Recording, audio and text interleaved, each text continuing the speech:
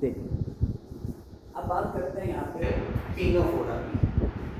Ctenophora केटीन word जो है ये ग्रीक वर्ड है केटीन, इसका मतलब है कॉम्ब, इसीलिए इसका नाम पड़ गया कॉम्ब जेलिस। ठीक है, तो टीनोफोरा को हम कॉम्ब जेलिस या सी वॉलनट भी कहते हैं। अब हम लोग इस फाइलम के बारे में बात करने जा रहे हैं। तो सबसे पहले तो ये देख लें कहाँ रहते हैं, क्या खाते पीते हैं और क्या करते हैं।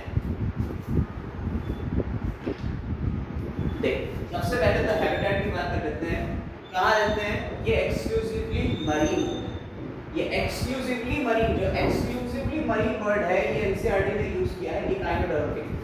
इकाइनोडर्म भी एक्सक्लूसिवली मरीन होते हैं। ठीक है, आप अगर हैबिट्स की बात करें तो हैबिट्स में फीड प्लैंक्टन्स, ये क्या करेंगे, इनकी हैबिट्स क्या क्या है, ये खाना खाते हैं जिसमें planktons, they feed on planktons, swim by cilia, cilia के थ्रू तैरते हैं। और power of regeneration is very marked, इसमें पावर ऑफ रिजनरेशन भी देखने को मिलती है। रिजनरेशन हो रहा है मतलब रिप्रोडक्शन दो तरीके का हो गया, एसेक्सुअल और सेक्सुअल। रिजनरेशन एसेक्सुअल का पार्ट होता है। बायोल्यूमिनेसेंस, बायोल्यूमिनेसेंस क्या होता है, बायोल्यूमिनेसेंस का मतलब है production of light by living organism, production of light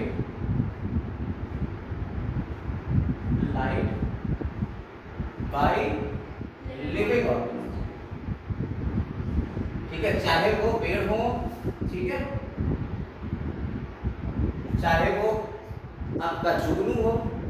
हमने आपको इसके बारे में अगर आप याद करें तो आपने पढ़ा था बायोलॉजिकल क्लासिफिकेशन। बायोलॉजिकल क्लासिफिकेशन में आपका मोनेरा था, उसका प्रोटिस्टा है। प्रोटिस्टा में अगर आप डायनोफ्लैजेलेट्स को याद करें, वहाँ गाइनोलॉक्स था जो बायोल्यूमिनेसेंस को प्रोड्यूस किया था, बायोल्यूमिनेसेंस की उसमें प्रॉपर्टी थी। और वही बायोल्यूमिनेसेंस आपको यहाँ पे देखने को मिल रहा है, यानी कि लाइट प्रोडक्शन। एनिमल्स बहुत सारे लाइट प्रोडक्शन करते हैं, जैसे जुगनू वो भी लाइट प्रोड्यूस करता है, लेकिन यहाँ पे आपको जो टीनोफोरा है उसमें बायोल्यूमिनेसेंस देखने को मिलेगा।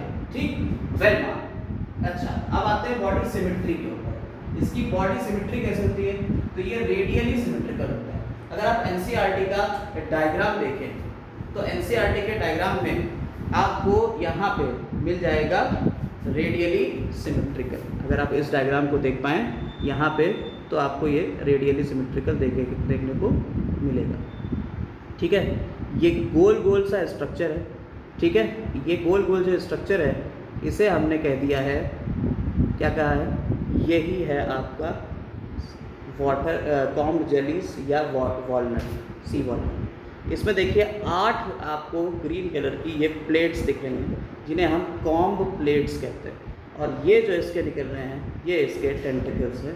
ठीक है, ये 8 कॉम्ब प्लेट है, इसके हर एक प्लेट के ऊपर आपको सीलिया देखने को मिलेगा। हर प्लेट के ऊपर क्या देखने को मिलेंगे, सीलिया, जो ग्रीन कलर की हैं। ये 8 गोल है, तो अगर इसे काटेंगे तो हर बार इक्वल हाफ में ये कट जाएगा, इसलिए इसकी सिमेट्री कैसी हो गई, इसकी सिमेट्री हो गई रेडियली सिमेट्रिकल। ठीक है, अगर आप इसके अंदर ये डॉटेड स्ट्रक्चर देख पाए तो ये इसका डाइजेस्टिव सिस्टम इन्होंने पूरा बनाया हुआ है। डाइजेस्टिव सिस्टम कंप्लीट होता है, नीचे माउथ है, ऊपर है मसल। ठीक है, और यहाँ माउथ वाले एरिया पे स्टैटोसिस्ट होती है, बैलेंसिंग ऑर्गन होता है। ठीक है, ये पूरा स्ट्रक्चर आपको एनसीईआरटी में देखने को मिलेगा।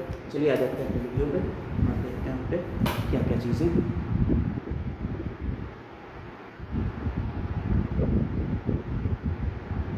देखिए बॉडी सिमेट्री रेडियली हो गई। ठीक, जर्म लेयर की बात करेंगे तो डिप्लोप्लास्टिक हो गई, यानी एक्टोडर्म और एंडोडर्म हो गई। Tissue level of body organisation होता है, इसका बॉडी ऑर्गेनाइजेशन कैसा है, tissue level of body organisation है। ये चलेंगे कैसे, अभी हमने आपको बताया कि इसके ऊपर 8 कॉम्ब प्लेट्स निकली हुई है। ये 8 कॉम्ब प्लेट्स हैं। कॉम्ब प्लेट्स मतलब कॉम्ब यानी कंगा, कंगे की जैसे होती है, और तो सीलिया निकलती है, तो मुझे इस तरीके से ये सीलिया के थ्रू मूव करती है। तो 8 कॉम्ब प्लेट्स कितनी होती हैं, 8 कॉम्ब प्लेट्स होती हैं, जिन्हें हम कॉम्ब प्लेट्स कह रहे हैं। 8 है सीलिया की, और जिनके थ्रू क्या हो रहा है, लोकोमोशन। डाइजेस्टिव ट्रैक्ट की हमने आपको बात बता दी, डाइजेस्टिव ट्रैक्ट कंप्लीट है। कैसे कैसे इसमें चीजें आती हैं, माउथ आएगा, उसके बाद फेरिंक्स या स्टोमोडियम आएगा, स्टमक या इन्फंडिबुलम आएगा, एनल कैनाल आएगी, और फिर एनल पोर आएगा। तो आपको पूरा कंप्लीट डाइजेस्टिव सिस्टम यहाँ पे देखने को मिल रहा है।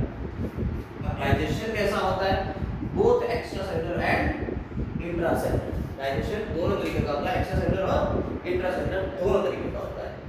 नर्वस सिस्टम की बात करी जाए तो इनका नर्वस सिस्टम भी बिल्कुल सीलन ट्रेट्स के जैसे होता है। जैसा हमने आपको पिछले वाले क्लास में बताया कि सीलन ट्रेट्स जो थे उनमें कैसा होता है, डिफ्यूज, सिर्फ और सिर्फ न्यूरॉन्स मिलेंगे, उसके अलावा कोई ब्रेन नहीं, कोई कुछ नहीं, सिर्फ न्यूरॉन्स मिलेंगे। तो प्रिमिटिव टाइप का नर्वस सिस्टम यहाँ देखने को मिलता है। इसके अलावा अगर बात की जाए सेंस ऑर्गन की, तो यहाँ बैलेंसिंग के लिए एक सेंस ऑर्गन होता है स्टेटोसिस्टम। हालांकि इस सेंस ऑर्गन को हम लोग आगे पढ़ेंगे, लेकिन यहाँ पे भी ये देखने को मिलता है स्टेटोसिस्टम। क्लियर? इतनी बातें क्लियर है आपकी? ठीक। अब हम लोग इसके आगे की जो बात करेंगे तो बात करेंगे कि भाई साहब इसका रिप्रोडक्शन कैसा होता है, डेवलपमेंट कैसा होता है, क्या क्लासिफाई होते हैं या नहीं होते, तो इसके बारे में बात करेंगे यहाँ पे। देखिए रिप्रोडक्शन, जैसे कि पीछे हमने आपको बता दिया कि रिप्रोडक्शन रीजनरेशन के थ्रू होता है। रीजनरेशन बहुत कम में होगा, मेनली रिप्रोडक्शन किसके थ्रू होगा, सेक्सुअल के थ्रू ही होगा।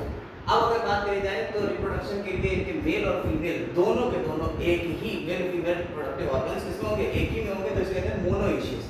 जिसमें मेल और फीमेल रिप्रोडक्टिव ऑर्गन एक में मिले वो क्या कहते हैं, मोनोइशियस। अब फर्टिलाइजेशन कैसा होगा, एक्सटर्नल होगा। यार ये बात समझ में नहीं है, मेल फीमेल सेक्स ऑर्गन एक ही मिल रहे हैं फिर भी फर्टिलाइजेशन एक्सटर्नल हो रहा है। डेवलपमेंट की बात है, मेल पार्ट पहले डेवलप हो रहा होगा किसी में और किसी में फीमेल पार्ट पहले डेवलप हो रहा होगा, इसलिए फर्टिलाइजेशन कैसा होगा, एक्सटर्नल होगा। अब फर्टिलाइजेशन जब एक्सटर्नल हो गया तो फिर आती है बात कि डेवलपमेंट कैसा होगा, तो डेवलपमेंट इनडायरेक्ट होगा। अब इनडायरेक्ट है, इसका मतलब क्या होगा, इसमें लार्वा मिलेगा। लार्वा का नाम क्या है, सेडिप्ड लार्वा। इसके लार्वा का नाम क्या है, सेडिप्ड लार्वा। ठीक है, आपको ये लार्वा क्लोरोब्रैंकिया में देखने को मिलेगा, सेडिप्ड लार्वा। ठीक।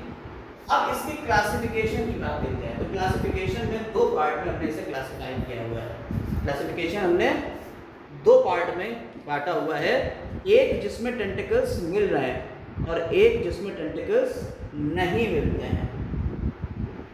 अगर टेंटिकल्स मिल रहे हैं, टेंटिकल्स प्रेजेंट हैं, तो उसे हमने कह दिया टेंटिकुलेटा, और जिसमें नहीं है उसे कह दिया हमने न्यूडा। ठीक है। अब टेंटिकुलेटा का एग्जांपल क्या हो गया, प्लूरोब्रैंकिया और टीनोप्लेना। ठीक है, प्लूरोब्रैंकिया और टीनोप्लेना। तो टेंटिकुलेटा में कौन सा दो एग्जांपल हो गए, प्लूरोब्रैंकिया और टीनोप्लेना। ठीक। प्लूरोब्रैंकिया को कहते हैं सी गूसबेरी। प्लूरोब्रैंकिया का दूसरा नाम क्या है, सी गूसबेरी है, और इसमें नाम आता है बोर्डे। ठीक है, तो ये नाम आपके हो गए और क्लासिफिकेशन भी हो गया। ठीक।